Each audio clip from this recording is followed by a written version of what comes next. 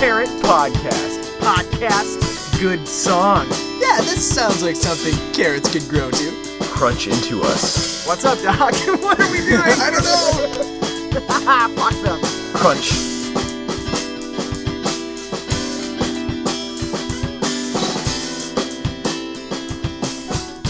Happy almost New Year, Kevin. Yes, and Merry Late Christmas as well. Merry And late. welcome to everything. How are you doing? You know, I'm good. Cool. I'm tired since we had our conversation earlier, which sucks. Oh, that sucks because that was such a great conversation. What do we tell the Kerrit-Kakes what we talked about? So we were going to record in like a couple days here, but we were having an animated texting discussion about Wonder Woman 1984. and 1984, and I was like, shit, let's move it up. And Gerrit agreed, and I was very excited. My face was very happy, as were my thoughts and emotions. And then 4 hours later, Kevin's dead. I'm not that same. Yeah, I have died. Oh, well, that's a Anyway. bummer. I guess I'll have to carry this thing. Great, thank you. You're welcome. I just put it on my shoulders, everybody. Yeah, that's what I did with this blanket. It's made of wool. It's not really, I don't think, but it sure looks like it. Kev, when did you watch Wonder Woman 1984? This, by the way, is the movie that is just taking the world by negative storm. Everyone hates this movie, apparently. I just love that we all have something to talk about again. It's so rare to be able to talk about something, a shared experience that's not COVID or like job related or politics related. Yeah, I don't know. I think I'm on the other end of it. Like, it sucks because right now I feel like the world is like Wonder Woman 1984 sucks, and it's the equivalent to Mask Up. And then now I'm just like 5G towers. It wasn't that bad. Like, that's how I feel like I'm on the outside of everyone else's opinions right now. So I think it's interesting you say that, because I'm not usually overly critical of movies, And I mean, we have disagreements where you will dislike a movie I like, and Yeah. you'll point out flaws, and I'll be like, I don't really care. Like, yeah, I don't know. I'm like The Gray. Yeah, like The Gray is a really Yeah. good example. I enjoy that movie for what it is. I think it's a well-made movie. But Wonder Woman 1984, it's not the worst movie I've ever seen. I'm not saying that. Yeah. But I think it's an objectively poorly made movie. And because of so many little flaws and inconsistency in logic, among other things, Yeah. including horrible visual effects, Which I didn't notice. I didn't notice that they were terrible visual effects. Do you Did you have see- specific examples? Sure. For the people on YouTube, the movie is only on HBO Max, so if I'm putting any video in here, it's from the trailers. I'm not going to be able to put the actual clips in. So The major ones for me that stick out are when she is grabbing hold of the children off the road, yeah, that wasn't good. and when she tumbles with them. Yeah. It really brings to mind Robert De Niro trying to smash a person's face in The Irishman, because it was just such herky-jerky wooden motions. Yes, And it was just like, this is ridiculous. that was bad. Also, any scene of her running was...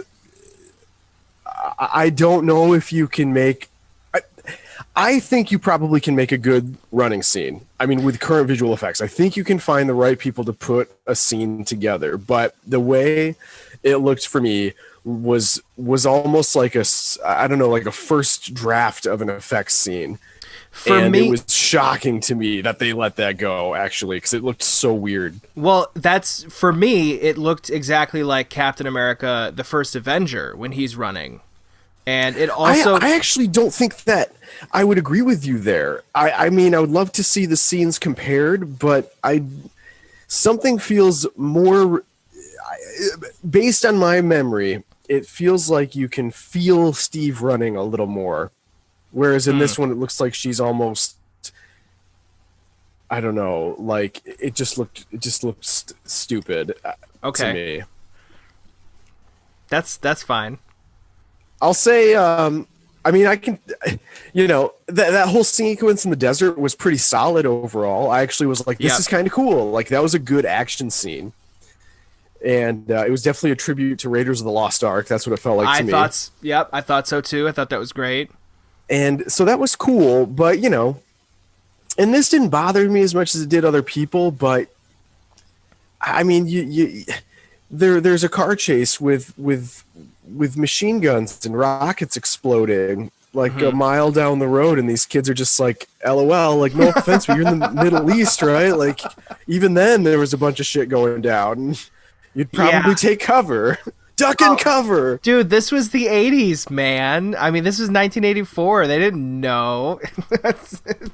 Yeah, there was nothing going on over there in 1984. Yeah.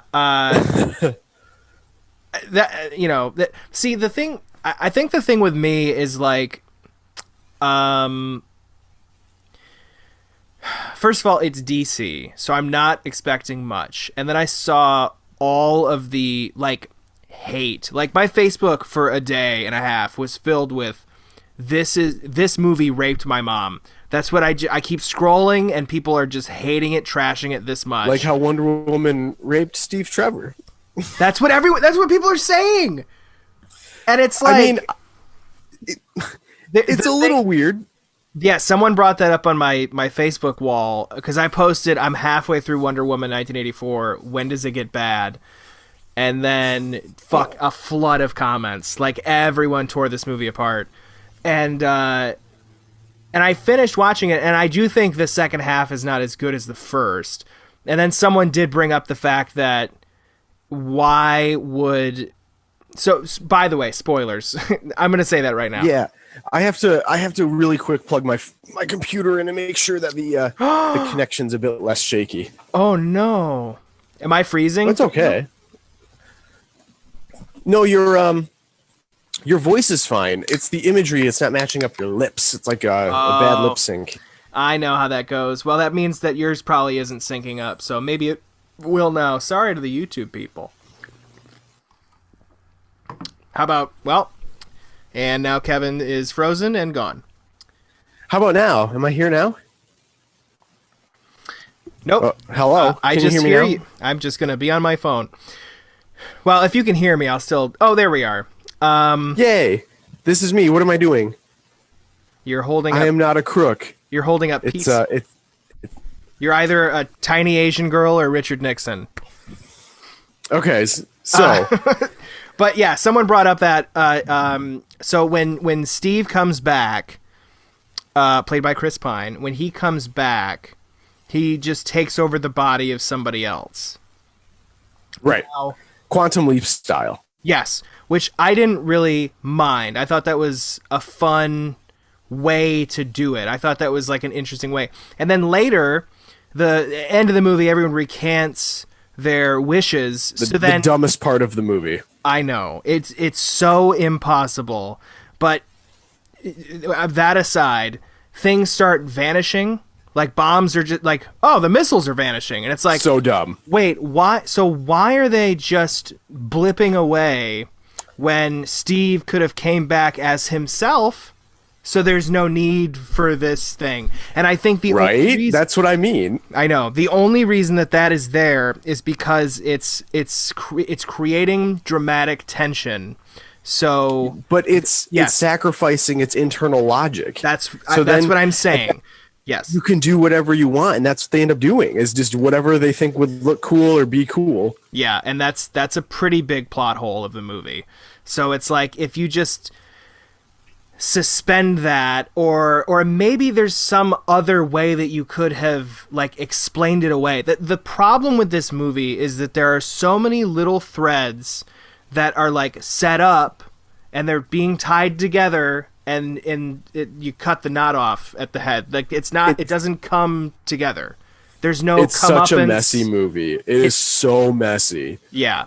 It really is. And for how long it is, and these are all criticisms that are out there, but to truly experience it yourself, it's a movie where, like, I didn't think like it was boring. Like, I got through it and I wasn't like, I can't believe that was 2.5 hours, that was way too long. Dude, it's but the it was same like, thing. I thought the same thing. But at the same time, it was like that didn't need to be. Like, they didn't do enough with the time they had to make it memorably 2.5 hours. Yes. It just kept kind of, they just didn't really know what to cut out, it felt like, or they didn't know how to tighten it up at all. Well, they didn't know what to, like, I almost wonder if it's studio interference in some aspects, because, like, I would like to see the original script. I want to see, because the problem with this movie is that it's starting, like I said, it's all the threads, right? And there's no follow through. So you have thread, you're trying to thread the needle, and it's just not, it doesn't go through. And it's like, it just starts so many things, but it doesn't finish them. I don't know how many more times I can say that, and I think that some of those reasons that's happening is because there's just a ton of shit on the cutting room floor that would explain something, or they just fucking didn't do it. I don't know if I'd be so quick to blame studio interference on this one, and I'm not basing this on anything, I must say. But the reason I would bring this up is because it's pretty well known that the ending of the first one was studio interference, and that's why the ending of the first one is like dumb compared to the rest pretty good rest of the movie. Yep. Whereas this one, like, my understanding was that they had to negotiate a higher pay raise for Patty Jenkins, which you would think would mean more of a hands-off approach, not completely, but in a little bit more, where it's like, okay, well, obviously you did a good job, and we want the goodwill that comes with re-signing a female director to a franchise movie. So, like, we'll work with you and get this to where it needs to be. So it feels like there was a lot of positive vibes behind the scenes. They had plenty of time to figure something out, and they just kind of, what they ended up producing was a movie with less thematic resonance than the first one, while also having worse characters, worse villains, and rehashed storyline with Steve. It was just nonsense. Steve Trevor, Chris Pine. This is what I texted you earlier. It's Batman Forever and Batman and Robin all over again, where at the end of Batman Forever, Chris O'Donnell's like Robin. Cool. He learned everything. And then in Batman and Robin, he somehow still isn't trusted. In the first Wonder Woman, she loses Steve Trevor and has to, like, accept that. And then in the second one, she has to accept it all over again. Yeah. And it ultimately didn't have, like, you could have easily cut it out. Like, I get why they put it in. It makes sense with, like, the whole Forbidden Wishes thing. Yeah. But it was just like, you don't need to do this at all. Well, I think another problem with this movie is, too, it's just lifting from previous superhero movies. I completely agree. And pretty deftly. Poorly. Yeah. Yes. Deft. Does that work here? D-E-F-T? Deftly? What does deft mean? I thought deft meant, like, did it pretty smoothly, swiftly. I feel maybe I'm probably using the wrong word. Deft. Let's look it up. Yeah, neatly skillful and quick in one's movements. Wrong. Poorly. I mean, it kind of did. It neatly grabbed a bunch of other things and threw it together. Okay, definitely. It definitely grabs a bunch of shit. Like from Definitely. Spider-Man 2, the Peter losing his powers. Yep. Also the Wolverine that happened in. Yep, the Wolverine. I gotta say, if we're talking about that, I'm not a huge fan of seeing that. I want to see a movie where you have your powers. I get the reason why they do that, because, like, once you have powers, it's kind of hard to find somebody, like a formidable villain. Yeah, so the formidable villain is someone who's getting her powers. Basically like Incredible Hulk, Abomination, right? Yeah, I have a. Are we going to take a break and talk about the cheetah then? Because this is a good segue into her taking her powers and then becoming the cheetah and then maybe having some of her power. Yes, let's do that. Oh, Kevin froze. Are you gone? Are you there? Oh boy. Well, he did mention a break, so here's an anchor ad. Oh, you're back. I hate this thing. No. The claw that is in my Ethernet cable. Yeah. dislodges like butter falling out of melted wrappers. It's just ridiculous. Yeah, 50 Cent just melted and then butter fell out. It's so annoying. Yeah, I was gonna say that's a good transition because I have another movie that was lifting from, and we can just bring Kristen Wiig, everybody. I have to say, I think that she did well, but she didn't have anything to do. She was Jamie Foxx in The Amazing Spider-Man 2. Yeah. She's like slighted by the villain. They start out kind of as friends. She's also Poison Ivy and the Riddler from Batman Forever and Batman and Robin, not respectively. I flipped them. Which is funny though, because apparently, look, I'm not a huge comics person, and I don't really care how a comic is adapted if it's well done. As long as it's well done, it's fine.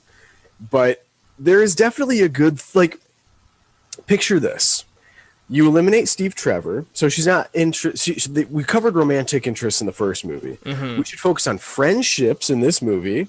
Yep. Build off of like the lost friendships she had in Themyscira. I don't know how to pronounce it. Okay. Her homeworld. Well, that would make sense with that first scene that you saw, because the first scene of this movie, there's no callback to it. It's no, almost, not at all. I don't even know what they were laying with that scene, which is another reason I think there's stuff left on the cutting room floor to tie that thread back together. I think there's got to be something. There's no reason. I hope so. Connie Nielsen and Robin Wright are only in one fucking scene. They did it purely to get them back so that you could have a flashback to that world. That's my only thought. Is they're like, we're going to have a nice little life lesson for Diana to learn as a child. But it's not even a flashback. It's the beginning of the movie. It's a prologue. It's a prologue. It's like, where did this come from? And I'm watching it and I'm like, why does everyone hate this movie? And then I'm like, well, they're obviously going to go back to that again because there's going to be some. I'm like, they're setting up a really good movie. And then halfway through, I'm like, yeah, this is great. What is happening? And then nothing was paid off. And they just did it to establish the theme. But that's so dumb because it almost feels like a holy Christ.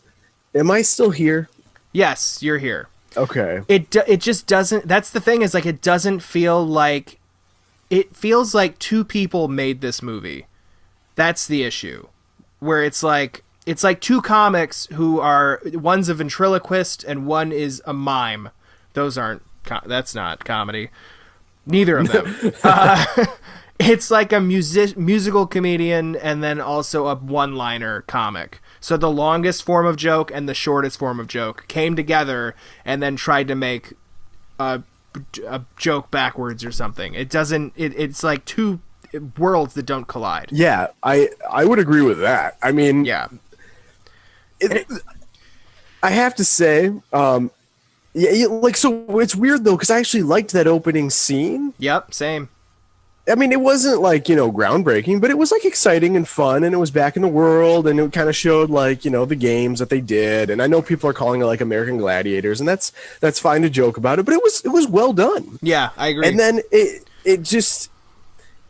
doesn't follow up on that. It was really ham-fisted for me because it was like, I don't want to sound like an asshole, but it just felt like it was talking down to me almost. It was like, no, Diana, you don't do this. Mm-hmm. It was just kind of okay, we get it. The one thing I did like about that scene is that she was so if you haven't seen the movie and you're still listening, she is like a child doing this running the gauntlet type thing and competing with everyone else. So she's a kid and then everyone else is older age. And then she is winning, and she looks back at the losers, basically, and then runs into a tree, falls off her horse. The horse keeps running. So then in a way to, catch up with it, she finds a shortcut. She takes the shortcut, hops on the horse, gets there, is about to fire her arrow to win, and then Robin Wright jumps in and is like, you fucking cunt, and knocks her down. You did not do this the right way. Yeah. You cheated, Diana. Why?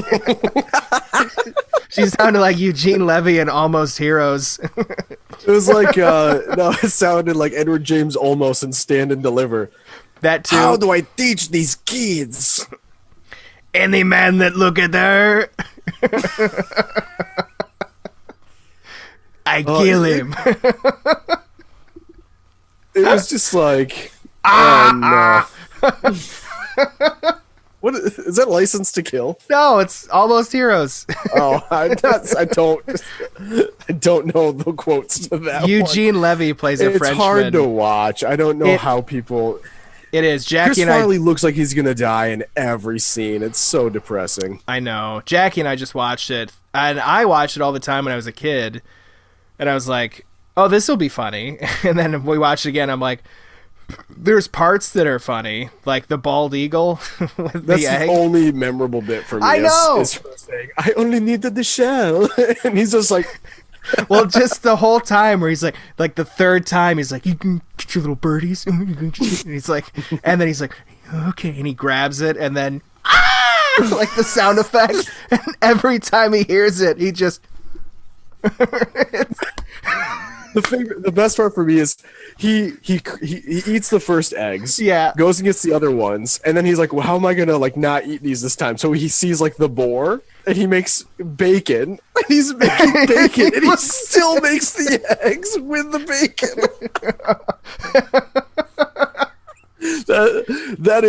That's gold, dude. It's classic. So some movies just have one good thing.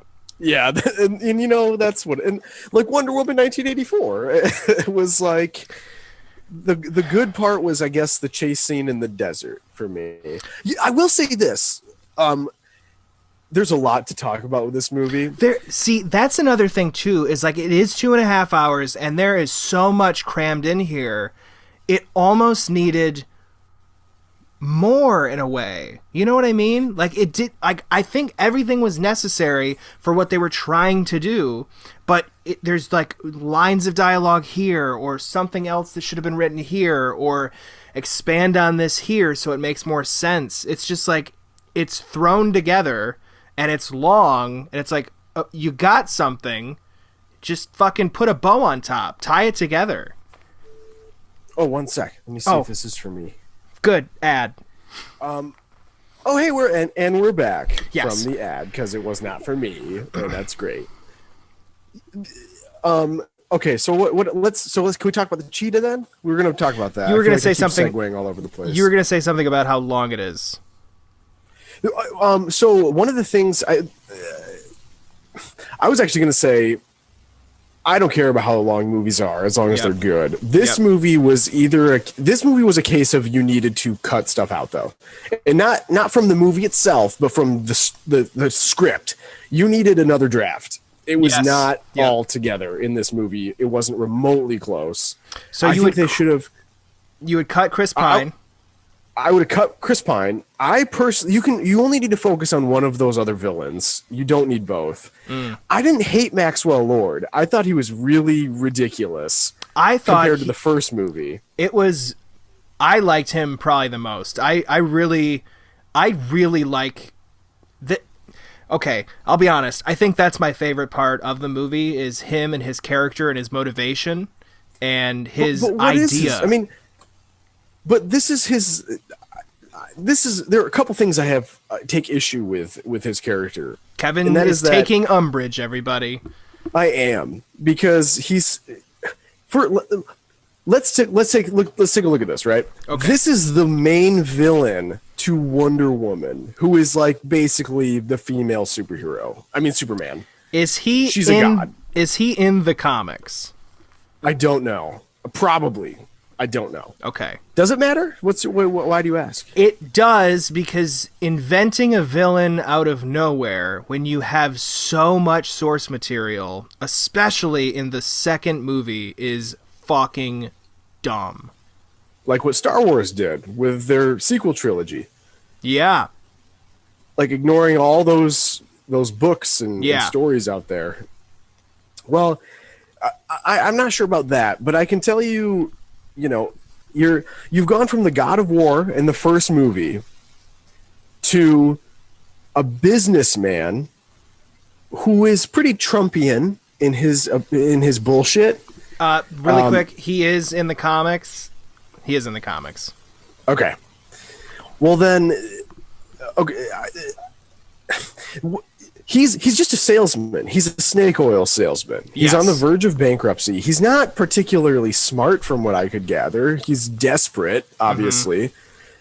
But somehow he found this common thread throughout history about this stone and is looking specifically for it. Like, I guess it was hard to believe a guy like that would even consider that as an option, let alone be able to hunt it down in the way he did. Well, you just That, said desperation. I mean, desperation can be the thing. Like, I mean, it's a Okay. it's a lesser extent because he's not as smart as Lex Luthor, but looking for kryptonite and how he would even fucking know about that, and just the idea. That's what I mean. That like you have this guy who, it's the 80s. There's no internet. Yeah. Where did he get the idea of the stone? That was never brought up. It's just like, oh, this is it. And then they end up asking some random like ancient Mayan who has dreadlocks. And it was just like, Yeah, that was weird. like, hang on one second. I have to just say this here. Well, yeah.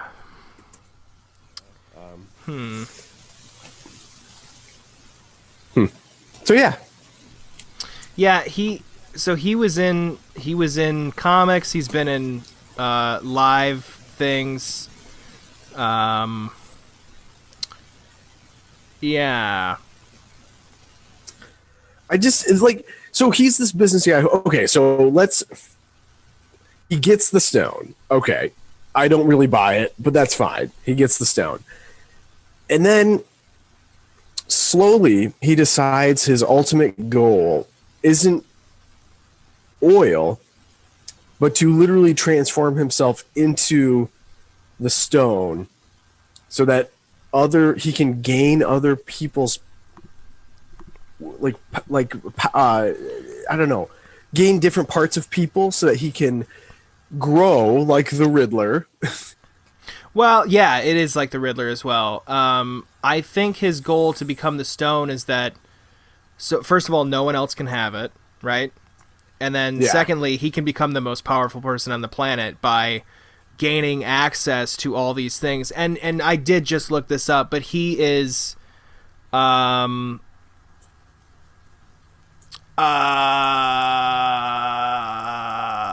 in the version that's in Supergirl, he's the founder of Lord Technologies and distrusts many government agencies and superheroes.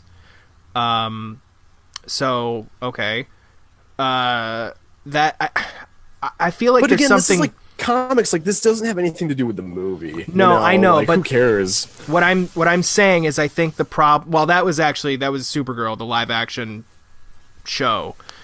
But I think one of the things that's from the comics that they're like trying to do is like repurpose his character. So they're using threads once again from print and trying to turn it into visual and not connecting those through lines. So it's like you're looking at the source material, you're like, well, we'll take that, we'll take this.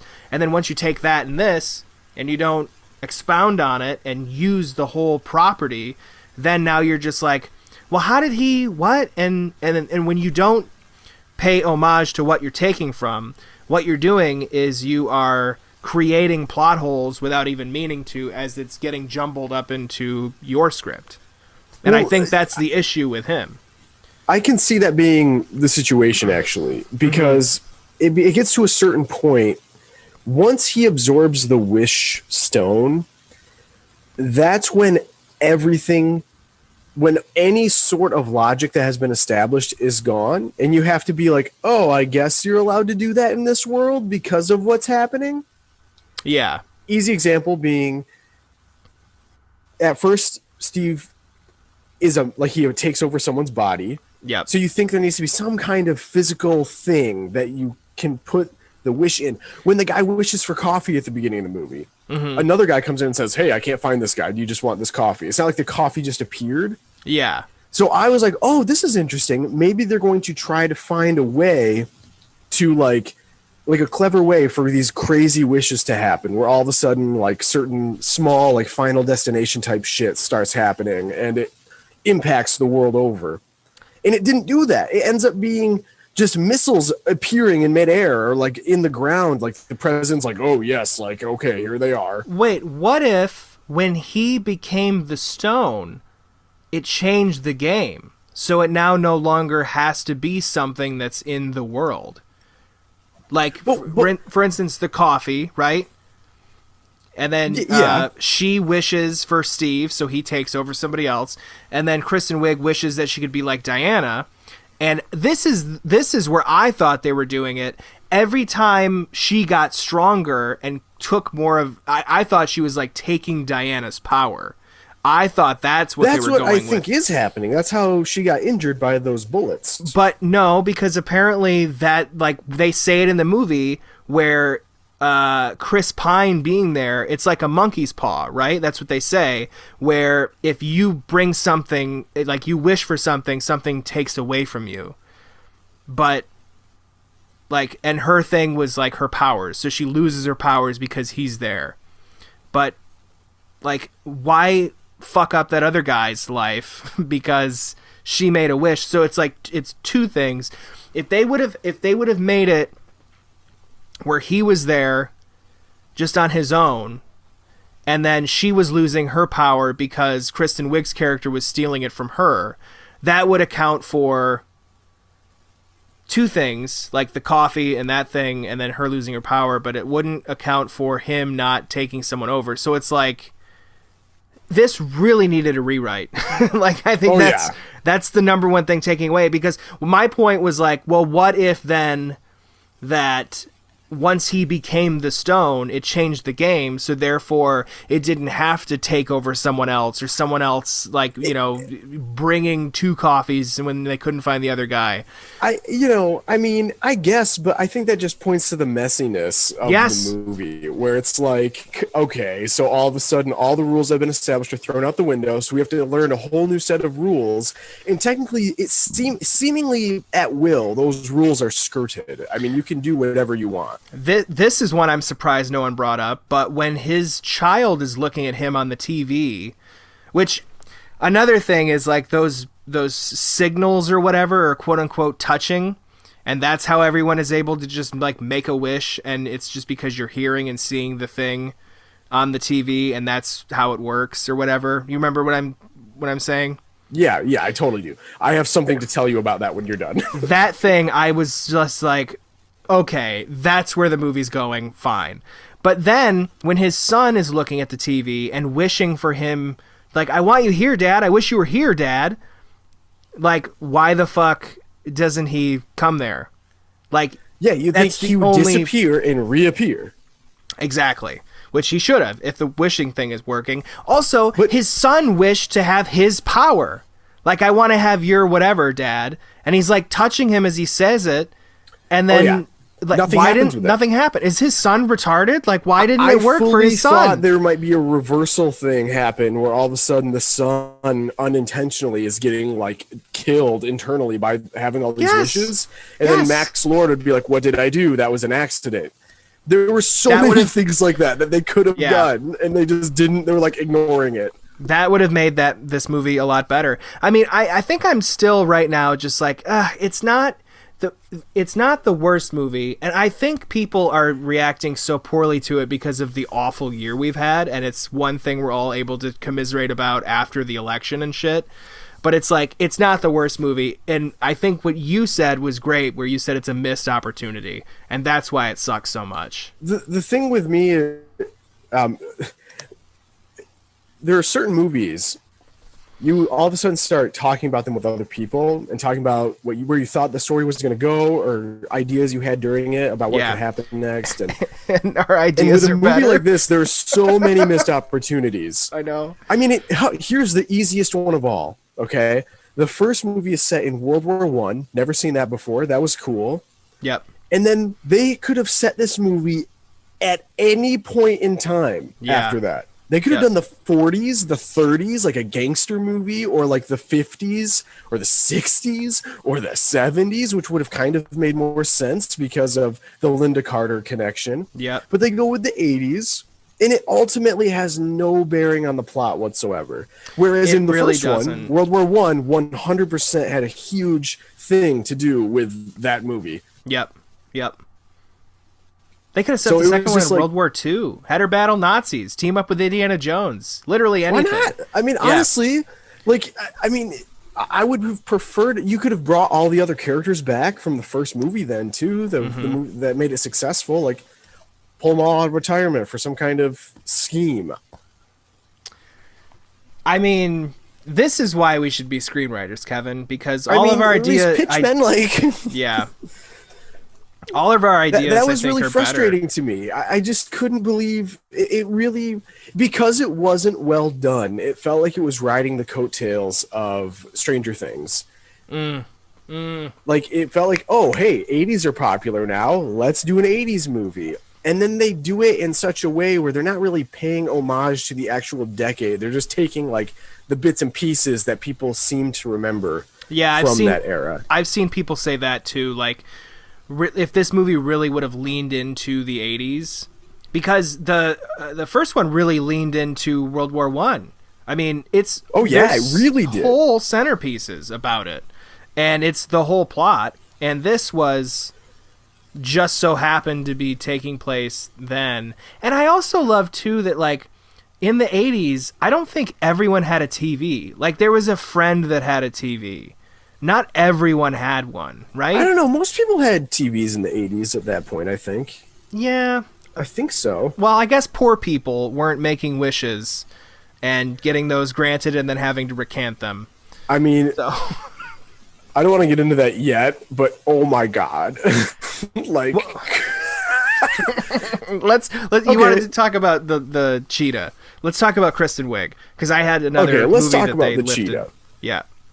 Okay, so it's supposed to be tragic that a friend turns against another friend.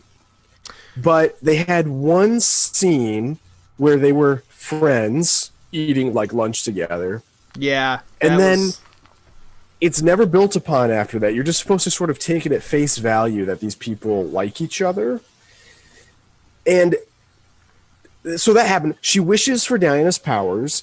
This is where I thought Diana lost some of her powers to give to her. Which I think would have been way better. If they had made it more clear, for one thing. Yeah. Then, so she has some powers. She's getting hit on by a bunch of dudes, and she's like, awesome. And then, when she becomes Cheetah, okay, so she's already had her first wish. But let's say it's cool that she got a second wish because the stone is now Him. it's transformed mediums and it has Yeah. become Maxwell Lord. So okay, so she gets the second one. Okay, she wants to be an apex predator, which is a poorly rendered CG creature, I guess, which is fine. That was the one CG I'm just like, this does not look good. That CG did not look good. It didn't, and so Which she is- decides to be a cheetah. I gotta say, it's ironic because it's at night. Like, it doesn't look good, and it's at night. I mean, Come they on. definitely made it set at night to hide that garbage effects work. Oof. I mean, Yeah. they had to have. So she becomes a cat. There's no indication she's interested in felines during this No. movie. But she wants to be an apex predator, which is a cheetah for her. So, But the thing, too, like, I just watched the movie, and her dialogue is, I want to be like something that no one has ever seen before. I people think have what she seen was cheetahs. referring to. She was referring to like a humanoid cheetah. I believe. We've seen cats, though, so that's... I mean, you're right. You're not wrong. I mean, if you're trying to be, why do you want to be an apex predator? Like, who are you gonna have sex with? Yeah. Like, I don't get. Did she think that through? She's just gonna No. walk around like that.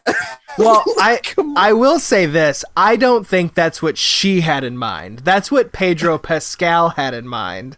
And that's Yeah, what he right? turned He's her like- into with his own. Like, the problem with that is, like, she said that on the plane. Like, I want this as my wish. This is my new wish. And then he doesn't grant it to her. He goes on TV, does the whole spiel, gets people to start wishing, and then he's like, in return for me, I want your life force, and turn her into a cheetah. And it's like, wait, you just used what you got from them to get how? Like, it didn't make any sense. Well, he had transformed her. He was already absorbing people's wishes at that point. That's what I'm saying. That's what I'm saying.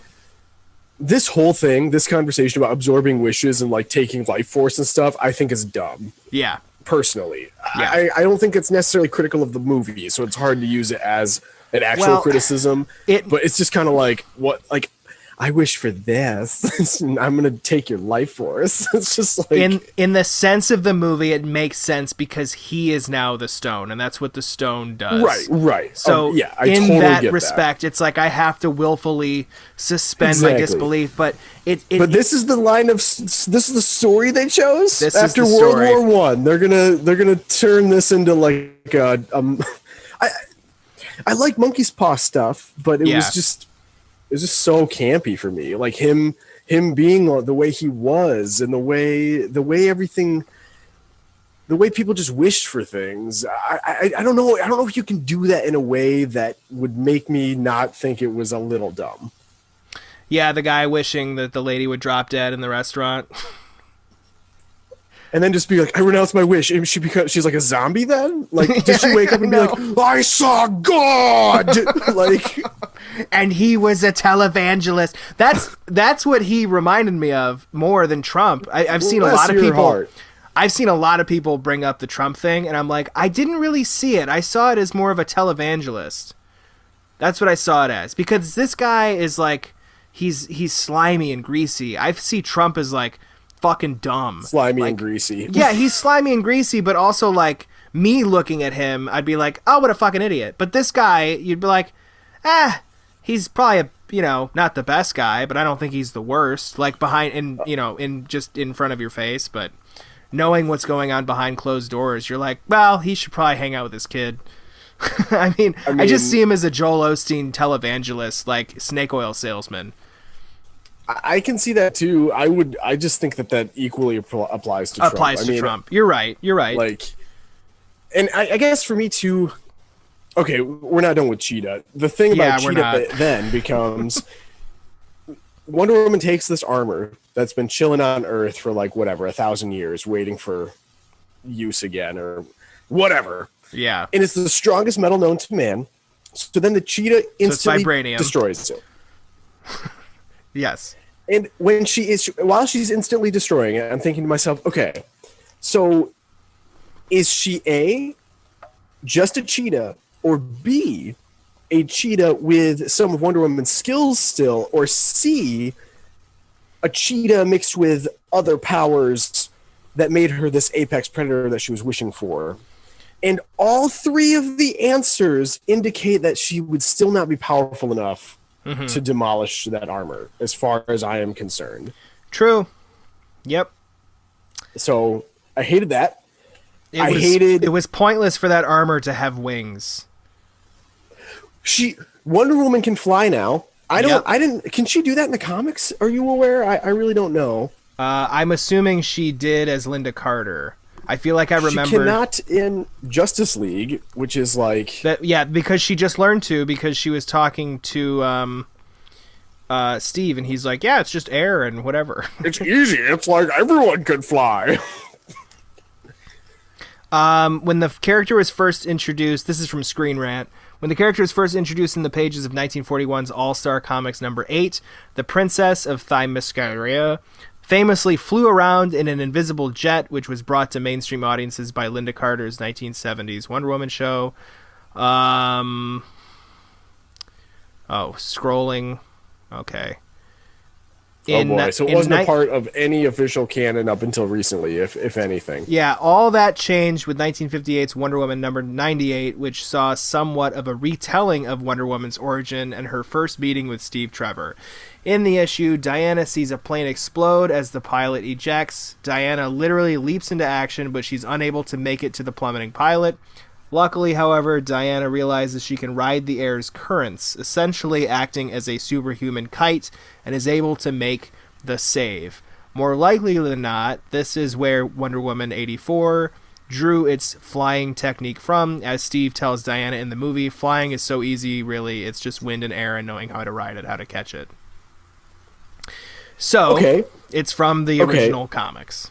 So she can fly, which by I liked. manipulating by riding there. I liked it. Reminded me of Superman 78, and the sequel. Why did she need to lasso lightning then? I hated that. I was like, what the fuck is happening? Why would she need to? She can fly now. Yeah, I think it's to go faster, but also, how are you lassoing light? It's light. It doesn't. That was dumb. That was. I looked away when that happened. So, okay, so let's flash forward again back to Cheetah. Yep. So I've already told you I think it's stupid for many reasons. But then we come to the electrocution scene. So Diana doesn't feel electricity because she's the daughter of Zeus. I had to look this up because I thought she would feel the electricity because she was losing her powers. So I thought like anything would at least somewhat damage her. She had gotten her powers back because she recanted her wish. That's why she was able to start running and flying. So that scene where she gives up Steve, right, was stupid. And here's why. I'm sorry. Here's why. This is the end of Steve's character in the Wonder Woman universe, as far as, unless he's randomly in number 3, which won't happen probably. He better but not who be. knows? Yeah. She's like, okay. She starts running, and as she starts running, she goes, I renounce my wish. She starts running more. And I was sitting there, I was like, wait, that's a rule? I didn't know you could just renounce your wish. Yeah. So I didn't realize that when she said it, it would work.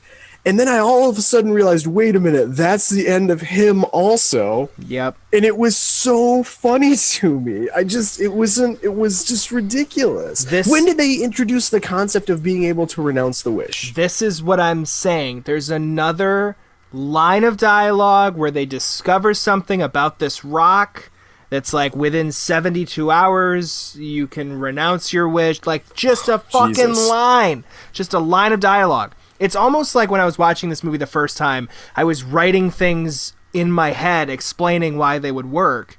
And that's literally not how you should have to watch a movie. Exactly. That's exactly right. It should be explained to you if it's not something that has to be read between the lines.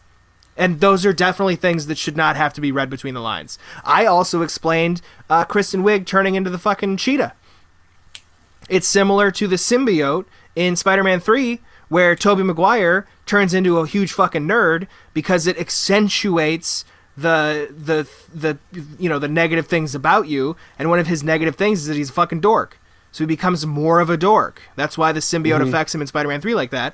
With Kristen Wiig, she is losing all of her, however Diana put it, moxie and coolness and whatever, and she's just become cold, callous, and cruel.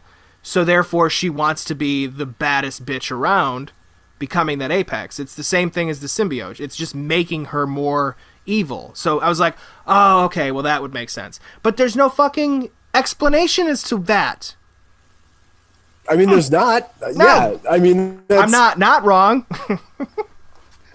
I mean, that's the kind of stuff. It's like, I don't know. I mean, as an audience, I think it's super healthy to be able to infer things based off of what has been established in the movie. Yes. But they hadn't done anything with that. Yeah. And so while you can make stuff up in your head to, it's magic, whatever, like it's all magic. Yeah. It becomes an empty understanding almost. And it makes it less fulfilling to watch because it's just like, I guess whatever then, like no big deal, wave that away.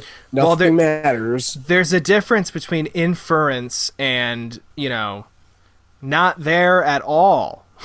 And I'm able to infer and write on my feet to explain things in the movie. The movie should be explaining these things to the audience because they're very important. Like you can't just recant wishes and then have that be that's what the entire third act hinges on. And with my rewrite in my head, I liked that it wasn't a huge like showdown and it was just these two people and she had the lasso on his foot, and it was like, I like that because of my rewrite in my head. That's not a healthy way to have the movie exist in this plane. See, I was doing a little bit of rewriting as well, to an extent, just to, because like, you know, you can kind of make connections, but like you were suggesting, but you know, the climax is straight up like Wonder Woman lying on the floor crying and just begging this guy to she's not begging him. She's not begging him. She's begging the world. Like, that's why the TV screens turn gold, is because she has the lasso on there. So the idea of the lasso is to show the people the truth, because she does that thing with Steve earlier. Remember? Right. She's like, it's not just to get the truth out of you. It's to show you the truth. But it's poor imagery. You don't want that in a Wonder Woman movie. I know. I don't think you want that in a Wonder Woman movie. I agree. She's crying on the floor trying to convince these people to recant. And it's like, you know, in a world of Trump supporters, I know, you know, 40% of those people are probably wishing death on they're not going to recant. I want all the libtards to die. And so she's trying to reach out to Maxwell Lord. But the thing is, if Maxwell Lord is based off of Trump, and that's how I viewed him. So this is how my perspective at this point. Yeah. Trump is the kind of guy who does not have the depth to understand the error of his ways. Exactly.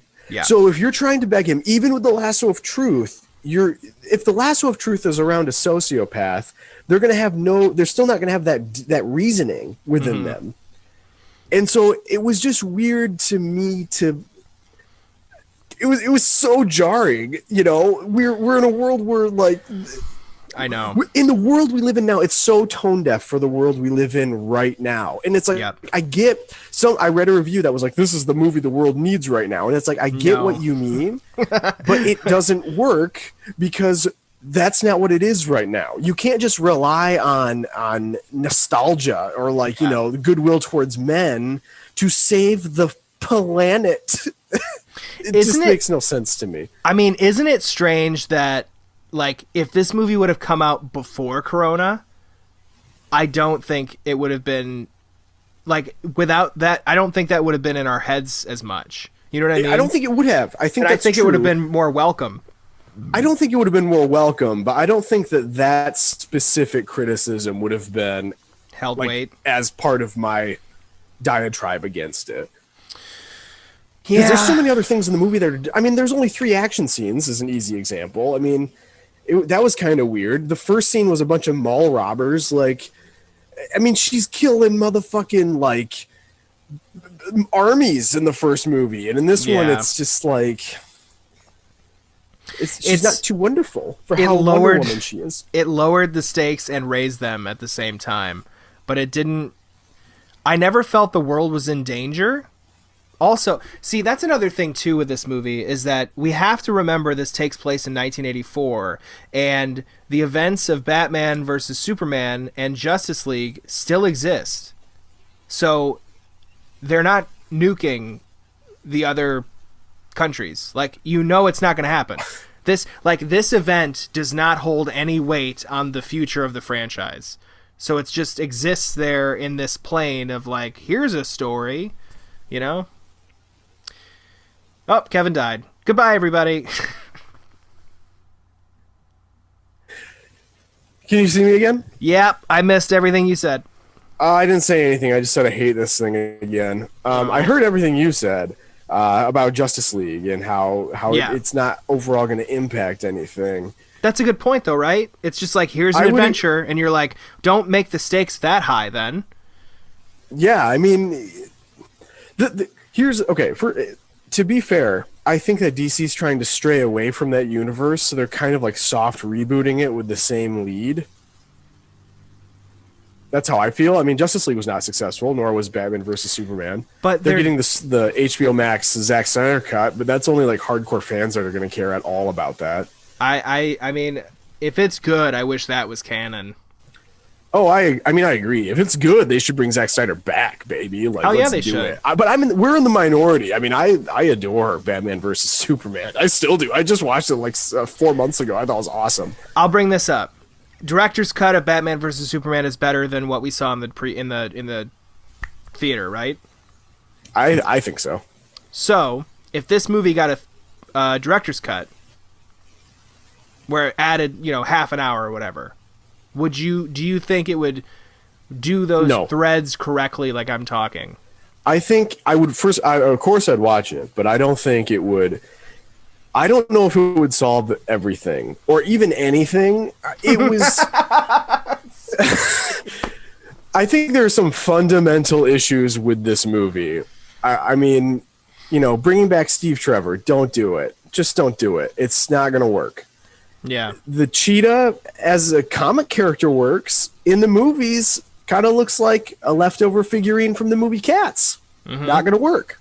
Maxwell Lord, just a snake oil salesman. No real depth of character. Is he really a foil for Wonder Woman? Okay, no. Mm-hmm. So those things, is it possible? Sure.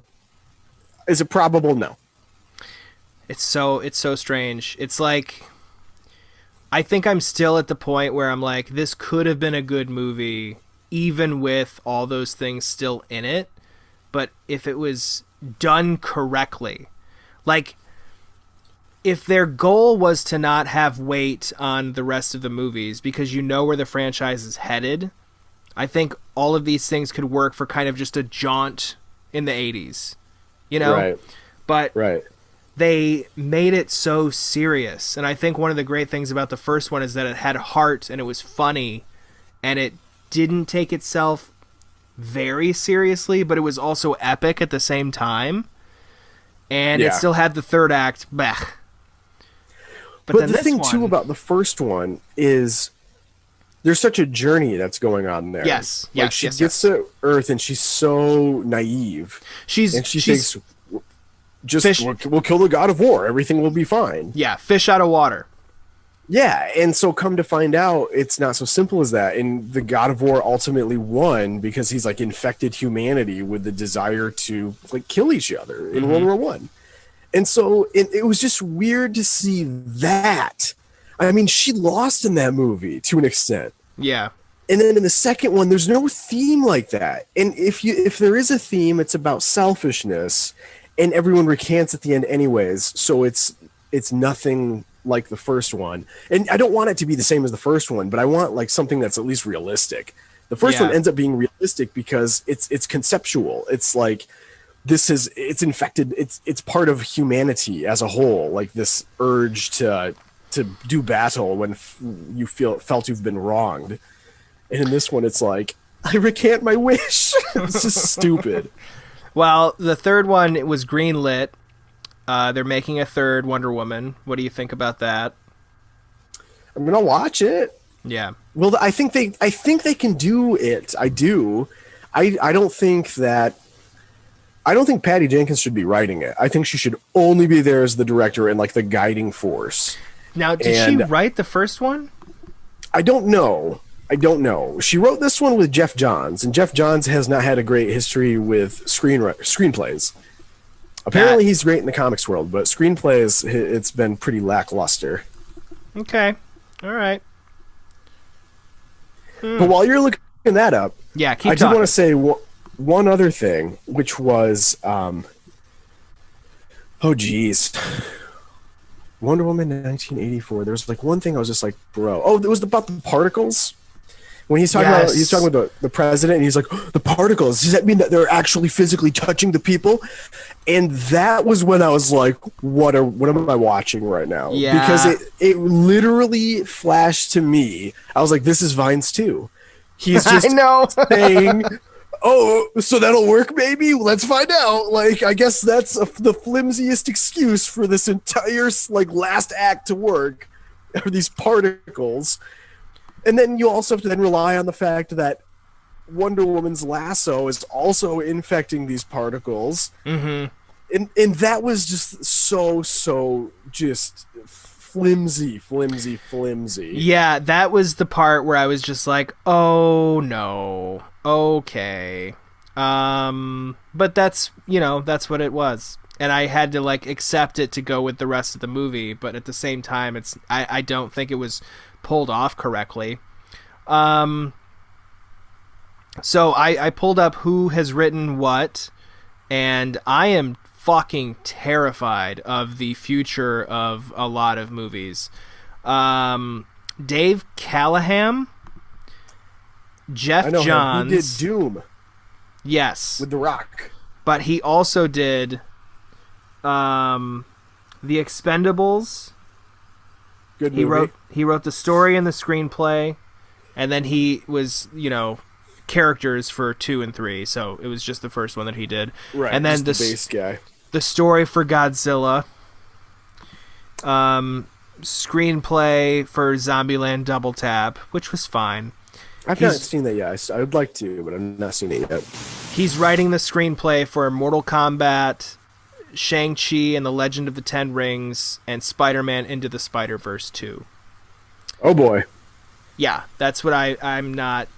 Because he wrote this one, along with Jeff Johns and Patty Jenkins. And Jeff Johns has done... Oh, Jesus. Well, not the worst. It's a lot of... he did 3 episodes of Smallville, stuff on Robot Chicken, a lot of Robot Chicken, Blade the series. Yeah. Any movies? Arrow, a lot of TV, video game stuff. Aquaman, but that makes sense. He is a comic book writer. Yeah. First and foremost. He did write the story for Aquaman, and I fucking hated Aquaman. See, they brought Jeff Johns in after they fired Zack Snyder so that they could build a more cohesive comic booky thing. And I think that they pivoted too hard and turned to a guy who's good in one medium, but his skills don't translate to another one. And I think it's like an executive role where he's kind of overseeing all of these projects. Mm-hmm. And it's just like... He's also done Titans, Young Justice, The Flash. He's the creator of The Flash, creator of Titans. I'm assuming he's obviously had to do with writing it. And then Stargirl, I don't know what that is. Yeah, I think I know. I've heard of it. I don't know what it is. He was just announced to do the screenplay for Green Lantern Corps. I mean, it's just Core. Core. Not that it matters. It is just Core? I believe so. With the S there, yeah, I think it's still... Because it's like the Marine Corps. What does Core stand for? I think it's like... I don't think it's... I think it's a literal word. Maybe it's Latin in its base. It might be. I feel dumb. CORPS. I always thought the P was silent. I guess Corps, Marine Corps. Yeah, the Marine Corps. Yep. PS. What the fuck is the PS? Is it not an algorithm? Is it what is that word? I don't know. That's a good question. Acronym? No, it's not. It's not. It's just yeah. Oh, well, let's see here.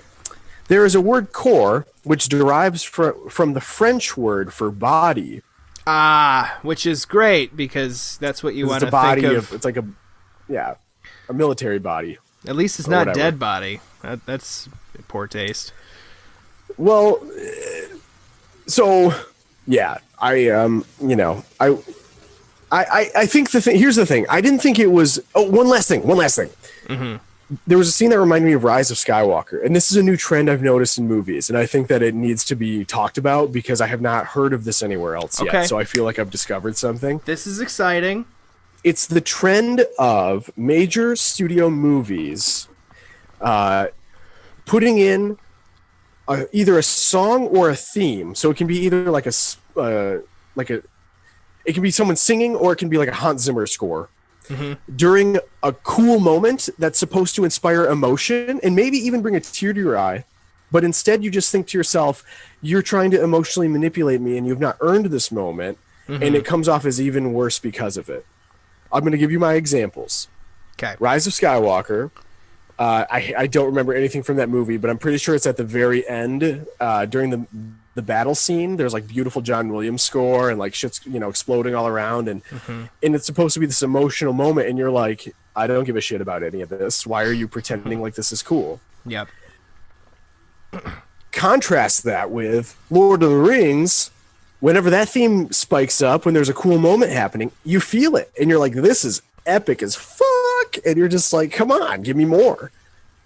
Good example. And this happened with Wonder Woman flying. I thought Hans Zimmer's score was phenomenal, but to me it was just like, this is so dumb. You yelled, I renounce my wish. Now Chris Pine's not in the movie. We didn't really see him leave the guy's body, which I was kind of curious about how that would work. Yeah. And then she's just flying, and it's like, it was like the scene from Superman where Lois Lane goes flying with Superman. She's like, can you read my mind? Like, it was just like so dumb to me. That's what I thought of. I mean, this is like, it's lifting and trying to pay homage, but I don't think it did a good job of any of those things. Leaving this episode, I do like it a lot less now. And I'm realizing the reason I did like it was because I was rewriting it in my head. And I tend to do that with movies that I think want to like, but ultimately don't. Yeah. And it's just a bummer because there's people out there that are making money to write movies, and there's like a big budget behind them, and it's like, you're not doing a good job at it though. And That's you're what's getting crazy. And you're getting more work. And this is the problem. But this is the problem with, like, I mean, I hate everything. I'm not trying to get too political, but this is the problem with, like, the world right now. Yep. We have all these rich people in charge, and they're all putting, like, all the people below them are rich. It's like, hey, you're the producer, go figure this out. Yeah. Or like a football franchise. Like, you're rich and you don't know really what you're doing, and you just hire some random asshole to run your team, and your team sucks, and you're like, I wonder why. Why is this? It's because there's a disconnect between the way you work and think and who you are, and the people below you who are bringing this stuff into fruition. And it's the truth with, like, look at senators. They're millionaires. They don't know what's going on. Yeah, I mean, they don't. And it's everywhere. Look at universities. The presidents there, and like, they're giving their teachers nothing. They're hiring adjunct professors so they don't have to have insurance. They're making kids pay an ass load, even though it's all online at the moment. These are all things that paying stem for from poor tuition decision and making room and board because of fucking rich people. Rant over. No, it's a great rant, and I wish more people were screaming this from the rooftops. But anytime that you try to talk about this, you get shut down, and it's so crazy. Like, these are true things, and I know that, like, people on the opposite side are like, continually going on about conspiracy theories, but it's like, no, this is an actual conspiracy. This is the world conspiring, and it's the upper echelon of people who are fucking rich and they don't care and they don't have the morality. And that's the thing that you're talking about with this movie, is like, all of the people that are watching this thing and recanting their wishes, they wouldn't have the morality to do that. And even if it's the 80s, I don't give a fuck. It's just, people have never been good. And especially when they have to come together. And I think if they would have explained it was because of the lasso in a better way, then maybe it would have made more sense. But it's like... Yeah, still relying on the particles, but okay. Yeah. I mean, that was... I didn't even put that together until you started talking about it. And I'm like, I think that's what they were going for. But again, it's like someone that's getting paid way too much money to write poorly is just, passing it off as like, fuck it, whatever. And it's like, that's like you said, that's the whole world. It's just like, fuck it, no one cares. It's movie's gonna make a ton of money, and then Corona happened, and now they're probably not even breaking even. Well, it's weird. It's weird too. I just want to focus quick on movies specifically, and how studio interference leads to issues like this. Because studio interference has been a thing for forever, right? Like, let's go back to Orson Welles' The Magnificent Ambersons, or like Rebecca with Alfred Hitchcock. How about Wizard of Oz and how they destroyed Judy Garland's life? Absolutely. I mean, these are all examples of people like Louis B. Mayer, David O. Selznick, like the main original guys, having influence on the way their movies are shot, and sometimes leading to like horrible things. An easy example: Judy Garland's addiction problems. Which is not, it's not even a problem, it's an addiction. It's like a health crisis. Yeah. And even though in the movie's amazing, without those constrictions, it might not have been as good. Who knows, obviously, for sure. But they had Final Cut, and they're like, let's do this. This is what we want. And it ends up being amazing. And then you flash forward to now, and I think things have grown so out of control that it's not that it's out of control. It's out of touch. I was just going to say, the gap has grown so big that, like, you could see Louis B. Mayer on the street corner and, you know, say something, or he could say something you'll be like, to you. Oh, hi, or, whatever, yes. Yeah, fuck you. You know, there's go something. See the Bars. Yeah. I worked really hard for you people to go spend your 50 cents and love the movie. Yeah. And now there's such a... And we're not even talking about Corona, but there is such a disconnect between what fans and moviegoers want out of films, and even film buffs, because like independent studios will put out a movie like Parasite, and it's one of the greatest movies I have ever seen in my entire life, and everyone I've talked to has liked that movie, versus this movie where it's just like, we think we know. And it's a bunch of people who like comics, and they respect comics, and then you make this, and it's like, this wasn't even inspired, you know? Yeah. I think it's just, there's a huge disconnect between the upper echelon and the, you know, the lower totem pole us. And even like hiring someone like Jeff Johns, it was not going to work because he's past his prime at this point. Yeah. Because once you're in a certain system long enough, unintentionally, you will become part of that system. So he has had such a degree of success for a couple decades now, and I think that they gave him a bunch of responsibility, and it just isn't. Everyone thought it would be a great idea, but it ends up backfiring because he too is out of touch. Yeah, that's my theory. It makes sense. I don't know if it's, you know, I don't know. It's weird. You know, there's some people that operate well within the studio system. Martin Scorsese. I mean, but like Spielberg, who is the studio. There's so many examples. Dude, I love how much we've talked shit about Spielberg on this podcast. You know, we could honestly do an entire episode about because let's talk about, like, in the theme of oversight. Why did Spielberg get famous? He got famous in the 70s when studios were more willing to take risks on young directors for major projects. And it wasn't like independent whatever, like, okay, or like, oh, you're John Watts, you did Cop Car with Kevin Bacon, we'll put you on Spider-Man and have a ton of oversight on you, but we'll get street cred because we hired you. No, they were like, we're picking you off the street and you're making this movie. Flash forward, no one's given that kind of power. The people that had that kind of power are now the crazy uncle at the dinner table who's like, well, the kids shouldn't be doing this anymore. And it's just like, when did this happen? Heaven's Gate. Because they've been in the system for so long. It's the system, but I don't even think it's the system itself, because Scorsese's been in the system, like you just said, but you get to a certain point where I think it's arrogance mixed with, you know, confidence. I mean, obviously Spielberg is a great filmmaker. You can watch one of his shitty movies and be like, well, he's still a good filmmaker, you know? Right. And I think money. I think once you get to that comfortability, it's the same with comedy, where you can put out special after special, and then everyone, like, you get fans, right? So now everything that you're putting out, they're like, ha ha ha, that's amazing. You don't have to work as hard. The same thing goes for movies. Like, I would say, you know, Jurassic Park, Schindler's List, like some of the upper echelon of Spielberg movies, and Saving Private Ryan, but you also have movies right after that, like The Terminal, or The Post later. Ready Player One.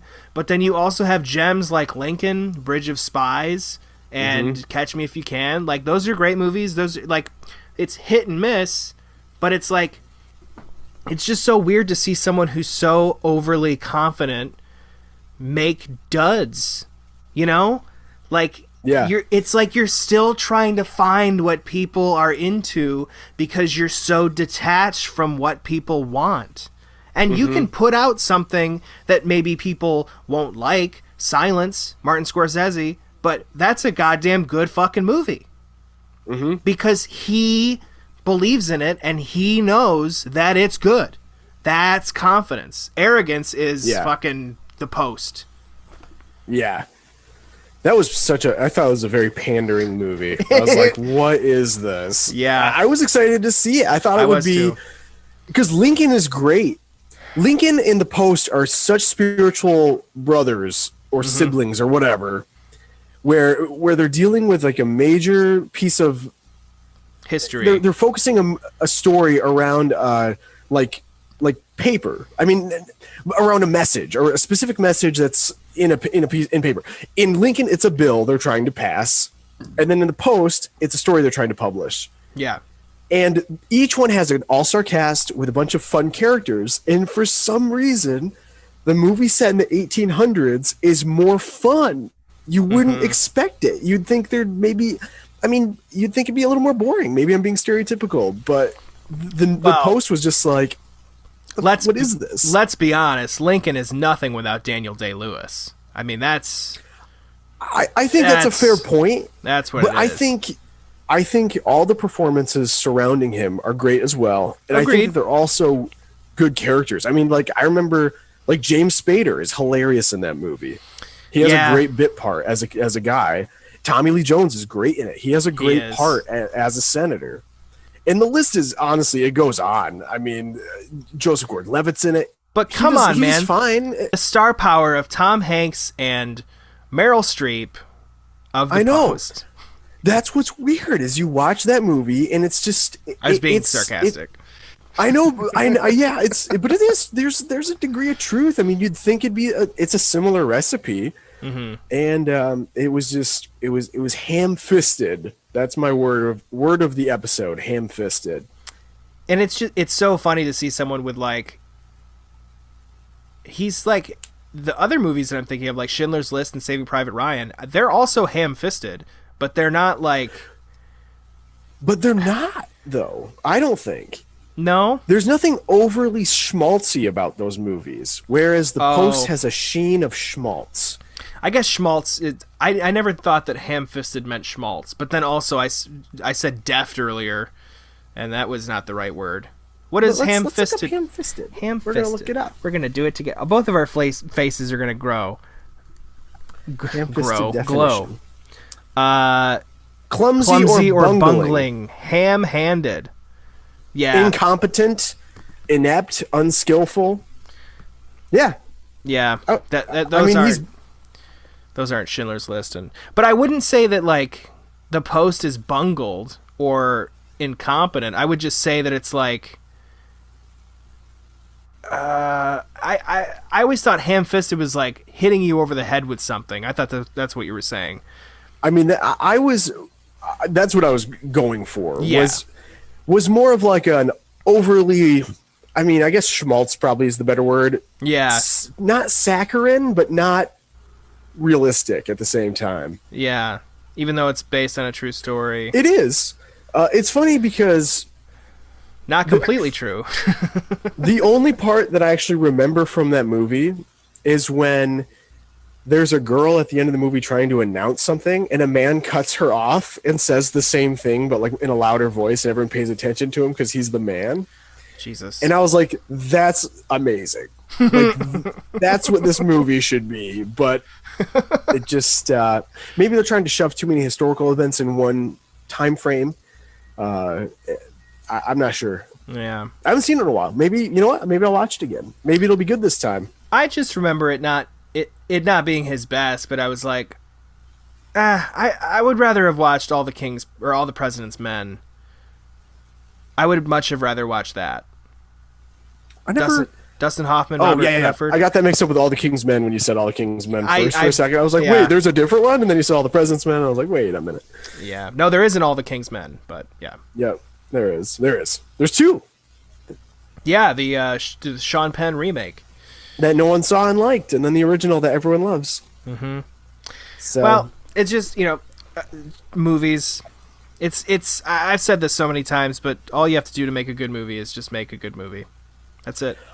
All you need is a good script with some creative voices that are ready to guide that baby into a shared vision of existence. Kevin, you're right, and that's why I say we should really get to work on writing some screenplays. I know. Well, it's not a bad idea. I would be interested. I know you mentioned bringing up Bloodhounds again. Do you have those notes written anywhere? I do. I took screenshots of our conversation. You should send those over to me. Okay. I'd be curious. I'd be curious to look at them. Because, for Christ's sake, it's not that hard. If you have to have two dudes on a podcast talking about every single second of your movie to try to break it down to make it make sense, yes, maybe you need a second draft.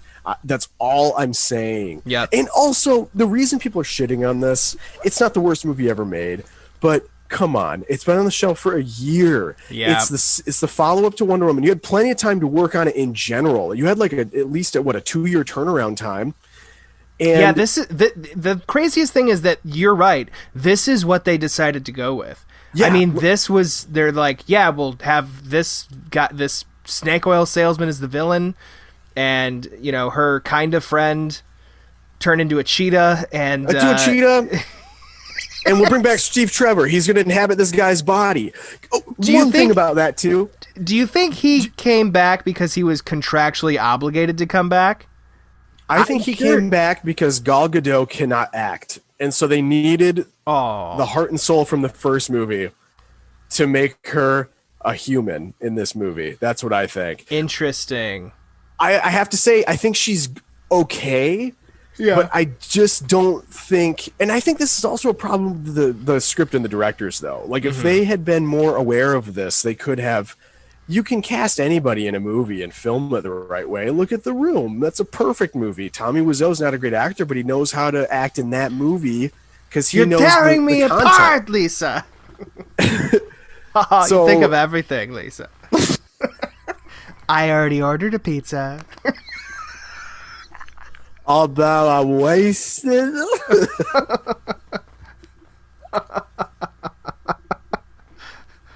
Oh, hi, doggy. Oh, hi, Johnny. I didn't know it was you, even though you're standing right in front of my fucking face. So funny. I love it. Keep that change. That's what it was. It felt like, I don't know. You're my favorite customer. One other thing. Okay, we're talking about like the philosophical implications of a dude in another dude's body.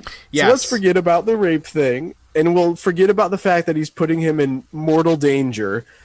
So he's completely hijacked this guy's life. No one knows where his family's like. Where is this guy? And his work is like, where is this guy? And he's like, about to be fucking murdered. They're about to murder this guy. Yeah, and that's fine. Let's forget about that. It's magic.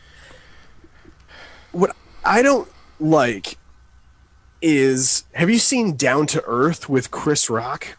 I have not, but I know the movie. So Chris Rock in that movie dies, gets to heaven. The angels are like, darn, we didn't mean to kill you. You're supposed to be alive still. So we're going to put you back in somebody's body. And he's like, awesome. So they put him back into a rich person's body, but he's now a really old man. In that movie, he falls in love with somebody. I forget who it is, but he falls in love with somebody. And she ends up falling in love with him too, but they just keep showing Chris Rock. Every once in a while, you see that he's still the old man. And in that movie, it's like, why would you... I mean, his personality is shining through. Like, okay, yeah, I'll buy that. I don't, but okay at the same time. So then in this movie, it's a different person the whole time. I get the effect they're going for, but Yeah. it just is like, it's just, I'm curious what a movie would look like with that guy in every single shot. That's all. Yeah, that might be the sequel. I kind of because the way they set it up at the end. Oh my God. I kind of liked it because I think their chemistry is so good together. Because Chris Pine is just a fucking angel. So that's why it was so sad when he died in the first one. That's why it was so sad when he vanished behind that pillar in the second one. That's what was so. It wasn't sad. It wasn't emotional at all. I renounce my wish. You have to go. Okay, bye. By the way, I'll always be with wish. you. I'll always love you, Diana. It was just like, was this ADR afterwards? Yeah, it was. God, what a fucking bummer. You know, it's not. It was. You know, it's not a bummer. Fantasy football. Awesome segue. This is an extra long episode. I don't even care. That's fine. It's New Year's. So. This is 2021 now, Kevin. 2021. It is true. Gerrit and I have advanced to the championship final in our 12-person league. And it's hilarious, and I'm going to tell you why. For a lot of reasons, actually. It really is. Gerrit's team was auto-drafted at the beginning of the season because the guy who committed didn't respond to any of my texts after committing. The team was drafted. I was like, okay. He says he can't do it anymore. It's a ghost team for a solid 4 weeks. No, I'm not changing anything. So if there's a player on bye or whatever, like it is just set as it was drafted. Yeah. And somehow Gerrit was like number 4 overall out of 12, which is good when there's no one running the show. I mean, that's amazing. And that just speaks to how management should be. That just hands off. It's so funny because there are people who picked their draft, like who drafted, like sat there and did it, and I still beat them. I know. But introduce when I come into the story. So I'm texting Gerrit and I say, listen, I have a favor to ask of you. I know you do not like this, but I am desperate for a final person. And it's only $10. It's only $10. And I'm like, I can do that. I can swing that. It's a pandemic, but I can swing 10. And that's what it was. And he proceeds to, I mean, it was literally like his and my team were like just spamming out wins the entire season. I don't know how. Wasn't it like when I joined, I think another 2 weeks, and then I actually started rotating my team and like putting people in who were, playing. There was 1 week I had someone that had a bye, they were in, and you're like, you should change that. I'm like, oh, okay, cool. And then there was another week that someone got COVID, and then they were not benched. They were in and playing, not playing, and getting zero anything. Right. And still, you and I are tied. Yeah. I mean, Are we tied? How is this working? Because my app, I feel like, is not updating. You better fix your roster. Oh yeah, I'm still trying to decide. I'm kind of waiting until tomorrow. You can change it all the way up until then. Yeah, it says wins. You have 11 wins, 4 losses. I have 10 wins, 5 losses. Okay, so that means because if it's 11 and 4, that's 15, and tomorrow would then be 16. Yeah, tomorrow. Okay. Right. Or at least that's when like the week starts technically. Yep. Okay. Yeah, because week 17 is what you and I are battling it out on. Yeah, dude, do you love my name in the fantasy league? Snot Rockets. Yeah. And then the picture is Tom Cruise from the with the COVID mask on, and that's what I was wondering about. Yeah. I ghost these saw protocols. the image, but I can't seem to blow it up to see what it is, and that's hilarious. I like it. It's crazy. I went through all of the previous weeks in my lineups because you can see them. It's like it's crazy. It's like a diary. Like you can go back to like week 2 and be like, who did I put in week 2? It's like, this is what I decided to do. Yeah. And for some reason, for people that listen to fantasy football, I've been benching Mike Evans on the Buccaneers every single week for some reason. Ever since like he got like 1 point in 1 week, and then he only got about 5 points the next week. And I was like, you know what? I don't know. I just didn't trust him anymore. And while he was on my bench, he got double digits every single week. And somehow that just went by me. I must have been in this weird zone of thought where I was like, oh, that's random. He just randomly got that. What's really helped me out was like reading the announcements about the people. Like, there's one guy who is projected to get, right now, I'm looking at it, Julio Jones. I have him benched because for the last 2 weeks, pretty much the whole season, he's been having problems with his hamstring. Yeah, and, for sure. Once again, he is not playing, but he's still projected to do the 10 points or whatever. So thankfully, me clicking on him and reading about this, he's going to sit out because he's been ruled out like for the last fucking 3-4 weeks now. Yeah. And it's still questionable. Before, I would have had him in there because I'm like, ooh, 10 points. But now I'm like actually paying attention and reading. I have Jeff Allen as my Josh Allen. Josh Allen as my quarterback. He's the greatest. I love that guy. The Buffalo Bills are my bandwagon team right now. They just killed the Patriots last night. Well, I had Ben Roethlisberger, the rapist. I had him 1 week, and then he got fucking no points or something like that. He dropped the ball so hard, and I dropped him. I didn't drop him. I just put him benched. Yeah, he has been really bad the last few weeks. Maybe it's because they were on a raped 3-game someone. losing streak actually because he just couldn't do anything. Yeah. So it's I don't care. I care about the money because that'll be nice. But yeah, it's just interesting to like, pay attention to it.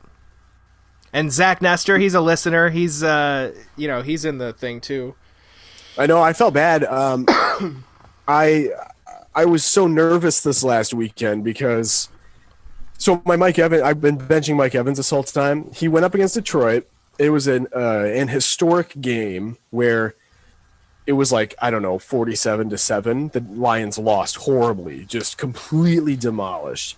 And so my thinking at the time was, why would Mike Evans get any points? The Lions are so bad that they're just going to, run the score up a little bit and then just, that's it. There would be no reason to throw the ball anymore. What I didn't realize was the Buccaneers think differently, and they were thinking to themselves, hey, they're so bad, let's practice on them. And they just kept throwing and throwing. They benched Tom Brady in the second half. So for the entire second half of the game, they had the backup quarterback in who still threw for like 100+ yards and 2 touchdowns. Like, that's how bad the Lions are. Wow. And he blew up on my bench. And I was just like, no, I'm going to lose. It's why you gotta, read. Like, I just love the idea that now I'm like slightly doing okay, and I'm like, no, you gotta do this thing, and I know just all the read things. A little bit. I mean, it's true. The only thing that you need to do with fantasy is like the defense they're going against. Are they good or bad? And that's pretty much it. Honestly. Well, I mean, last week was pretty crazy because you messaged me. I haven't, like, that's the thing. I'll set this and just not look at it because it's only $10. Like, that's how much I'm gambling, so I really have no stake in the game. Right. Whoever wins. I don't really care. $76. That's fine. Wait, why is it 76? It was it's calculated in such a way. It's like each person gets a certain percent, like the top 3 do. So the third person gets their money back, which is 10. I don't remember the equation, to be completely honest with you. This is what happened with when we were going through Yahoo originally. That's how it was calculated out, and that's how I remember the numbers. So are we not going through Yahoo? No, we're not. That's why you Venmo'd me. Do you remember? Well, then you should just say fuck Yahoo and just do the Venmo. Just Venmo. Well, I am. There's okay. I'll be Venmoing the winner, which would be you or me, 76. And then third place gets 10, and then second place gets like 24 or 34, something like that. You should Venmo me all of it because I thought that's what we were doing. Oh, sorry. No, I'm kidding. Second and third, because you got to give a consolation prize. You got to keep it interesting. Yeah, just give Nestor $4, and then I'll just give everyone else $1. Thanks for participating. Yeah, exactly. But last week, what is it? Alvin Kamara. Scored You had him. six touchdowns. That you said that hasn't happened since what, 1928? Yeah, something like that. It was in the late 20s. That's fucking crazy. Yeah, literally has not happened. I had him, and I demolished Heather. Yeah, she was not happy, to be honest with you. I feel so bad, but I paid him money to do those 6 touchdowns, so that's why I need that full 120, Kevin. Oh, that's nice of you. I wonder how did you Venmo'd Alvin Kamara? Okay, I Venmo'd Alvin Kamara to not throw the game, to throw 6 touchdowns. Gotcha. I see. Yeah, but weird. I can't believe you know that guy. He's like the best running back in the league right now. I got him on my team. His projected points went up again because of what happened last week. Because he's so good. Yeah, so I'm projected at 105 points right now. Yeah, and along with Josh Allen, who threw for like 4 touchdowns last night, you're going to be sitting pretty.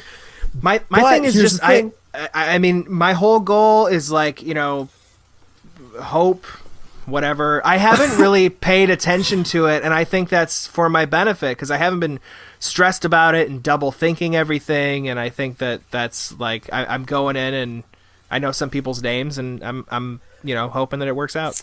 I used to obsess over this my first year. I remember me hanging out on my apartment floor, and like it's like 1 a.m, and I'm just like looking at the rosters, like reading about them and being like, I wonder if this is worth doing this or this. And I actually did pretty well the first year, but I also like don't have that same spirit about it. So as long as the matchup's good and they seem to be doing well, I just kind of let it go, set it and forget it. Well, you better set it. You better not forget it first, and then but set it, because you're projected at like 40 right now. I know. 59, I think. Well, what I was doing, I wanted to parcel through once the waivers go through, which you could do if you wanted. I don't know if you do that, but I have not dropped a single person this whole time. Or are you serious? I have not dropped or added anybody. That's crazy. I have a little bit, but my core team has stayed the same. Let's see how many times you've done it, Kevin. Yeah, you can look at it. In fact, the really interesting thing, and I think this is really interesting at least, is I really lucked into 2 people, for you listeners out there who are into the football scene a little bit. I started the year with Carson Wentz as a quarterback who has since been benched for a second-round rookie. And I dropped him about 5 weeks into the season and picked up Justin Herbert from the Chargers, who's literally going to win Offensive Rookie of the Year. He's been just killing it. That's good. So I somehow lucked into like a top 5 fantasy quarterback and a top 5 fantasy running back in James Robinson of the Jacksonville Jaguars. I picked him up off of waivers with no issues. Nobody even put a claim in for him. I didn't either. He was green. If you do Yahoo or any fantasy football, obviously you know what waivers are like. And he was a candidate that you didn't have to wait on. He wasn't on waivers. It was at that point in the season where you could just pick him up if you wanted to. And I picked him up, and he's been starting like every week that he hasn't been injured. You want waivers? You're talking? Yeah, 9. Okay, 9 waivers. No, that's all. And 39 moves. 39 moves. Yep. That means I've added and dropped like 39 different people throughout the... I did 1 waiver accidentally. I canceled it. And then I've done 0 moves. Nestor has done 12 waivers and 76 moves. I am in 3rd place behind you and Heather. I used to be, when I did this the first time... fantasy football is interesting.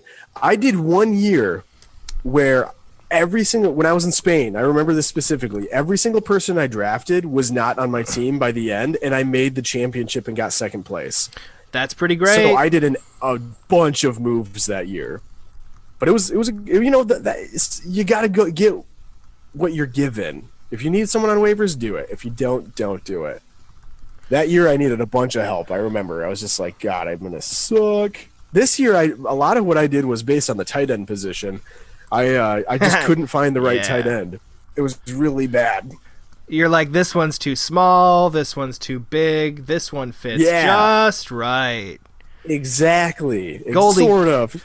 Goldie-Cox and the Three Bears. It still fits. Oh, man. You know, and I have to say, too, I lost my first round pick like the second week of the season, so somehow pulled it together still. That's happened to me twice now. I get a first round pick, and they just get injured, and they're gone. I made the championship both years. True story. I'm proud of you. Thanks. No one cares about fantasy football, I should say. I don't think that anyone's going to listen to this. Oh, they will. Nestor. Yeah, Nestor will. Oh, man. Well, I'm tweeting out and Facebook thinging. We can end on this. Oh, well, I mean, this is the latest news, but Mitch McConnell blocks the Senate vote on $2,000 COVID-19 payments following House approval.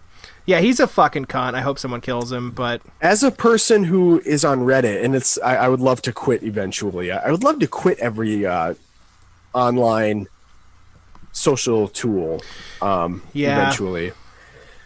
But that's neither here nor there. Reddit has conservative as a subreddit, which is basically, you know, I mean... It's for conservatives, so they're always talking about how Donald Trump's still going to win the election. But even over there, people are like, this is bullshit. McConnell needs to go. And, like, Trump's just a grifter. Like, it's just... Dude, it's fun to see in real time. I just wish that they were not so stupid and looked at this thing since the fucking beginning. Because this has been happening for months. And now they're... Oh, this is wrong. So you could have done something, you dumb twats. Ugh. It's interesting. I mean, I guess it's interesting to see something get through. I think maybe like there's been such. I mean, it's been really hard for people. It's been so hard, and I think finally it's really hitting home where it's like, dude, what the hell are we gonna do about this? Vote them out. Mm-hmm. Georgia, that's happening soon. Go GA. I know. Yeah, if you have anyone that lives in Georgia, make sure to tell them to vote and vote correctly. Because, you know, we really need to flip. We really need to flip those seats. That would be really cool. It's possible. I really feel like it's going to happen. I mean, Atlanta alone is like, no more of this. I hope so. I just wonder if it's going to be as popular. I know Stacey Abrams is down there generating support. And doing all the groundwork. I mean, it's not even, you know, like doing the real hard work, the hands-on work that needs to be done to reach out to people. Yeah, she's a patron saint. She's one of my heroes. So she's awesome. Yeah, I've been reading about her. She single-handedly turned Georgia blue. Mm-hmm. So I know if anyone can do it, she can. Heard all about it. She also didn't concede her election because of voter suppression. I remember that. I remember it was really shady. A lot of black votes thrown out. And, this signature doesn't match. And it's like, are you fucking kidding? It just so happens that black people can't match their fucking signature? Lick my ass. It's fucking racist shit. And that happens across the country. Did you know they used to do tests? Like you go to the voting place, and if you were black, they would ask you like, "Oh, can you write your name? Can you answer this question? Oh, you're wrong. You can't vote." They used to do that shit. And then they get called out and they're like, oh, I guess we won't do that anymore. And then they make up new fucking things. It's insane to me that I was not told this, and most people don't know it. It's crazy. It's true. I mean, it's crazy and true. Walking away from this episode, I think that we should take this into account. That is more of a big deal than how Wonder Woman 2 was. Well, they're related. They're a little related. You made them related, and I love you for it. Oh, thanks. I love you too, buddy. Happy New Year, bud. Happy New Year to you. And to you all, to all of you out there, Happy New Year. Happy New Year, Kerrit-Kakes.